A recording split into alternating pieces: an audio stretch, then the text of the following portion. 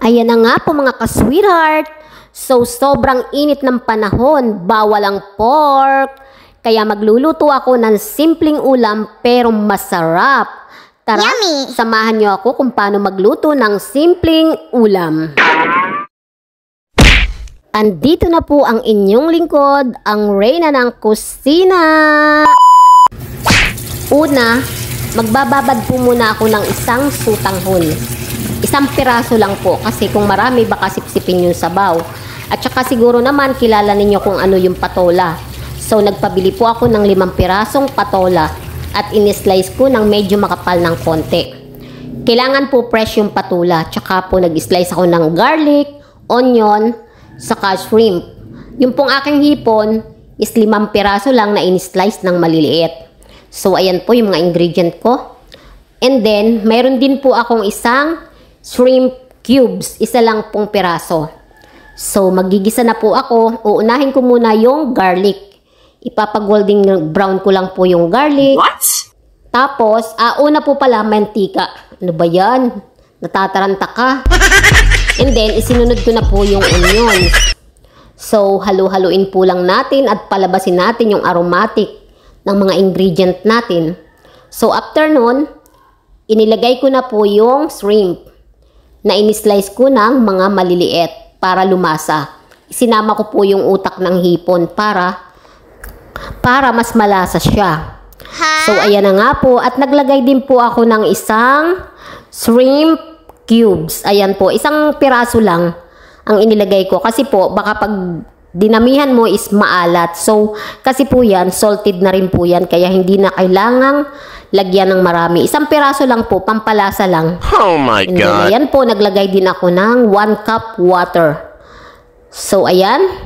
1 cup water ang nilagay ko at hintayin lang natin siyang kumulo. Naglagay din po ako ng little bit black pepper. Ayan po, pamintang durog. Naglagay po ako mga ka-sweetheart at saka little bit Ajinomoto. Ayan po. At ngayon, kumukulo na po. So, lumabas na yung aromatic ng ginisa ko. Now, maglalagay naman po ako ng isang sandok na toyo. Kunti lang po. Kasi, pampatay lang ng kulay. Pangit po naman po kasi yung maputla. Kailangan medyo may kulay ng konti para hindi siya maputlang tingnan. So, ayan po. At ngayon, isusunod ka naman mga ka-sweetheart yung sutanghon. Kasi dapat iuuna natin ng konti yung sutanghon para maluto siya. Kasi kung isasabay mo yung patola, mabilis lang kasing maluto yung patola. At pangit yung overcook yung patola. Di po ba? Kasi para din yung upo mabilis lang maluto. So, after 2 minutes, nilagay ko na po yung patola. Ayan naman, minimix ko na. Kita naman ninyo mga ka-sweetheart. So, ayan po, half cook lang dapat yung luto ng patola. Try nyo po itong lutuin. So, yummy. Simple lang siya pero the best. Sarap ng lasa. Yummy! Ang sarap po talaga. So, halu-haluin lang natin ng ilang minuto para mag-balance po yung lasa at ang luto. Kailangan din po wag masyadong maraming sabaw. Kaya 1 cup lang yung nilagay kong water kasi ano po to parang watermelon, nagtutubig na rin po kasi 'di ba yung patola. So ayan po, kita naman ninyo na nagtutubig na siya. And then malapit na siyang maluto. Kasi magla-lunch na po kami. O ayan, almost done. Di po ba ang sarap pag gulay half cook lang? O kita naman ninyo medyo nagi-green pa. Kaya dapat pag magluluto ng gulay half cook lang. Tikman mo darling, masarap ba? Mainit pa na eh. Sakit na. Mainit pa. Yan ay lutong probinsya. Patola with sotanghon. Yan. Sarap? Masarap.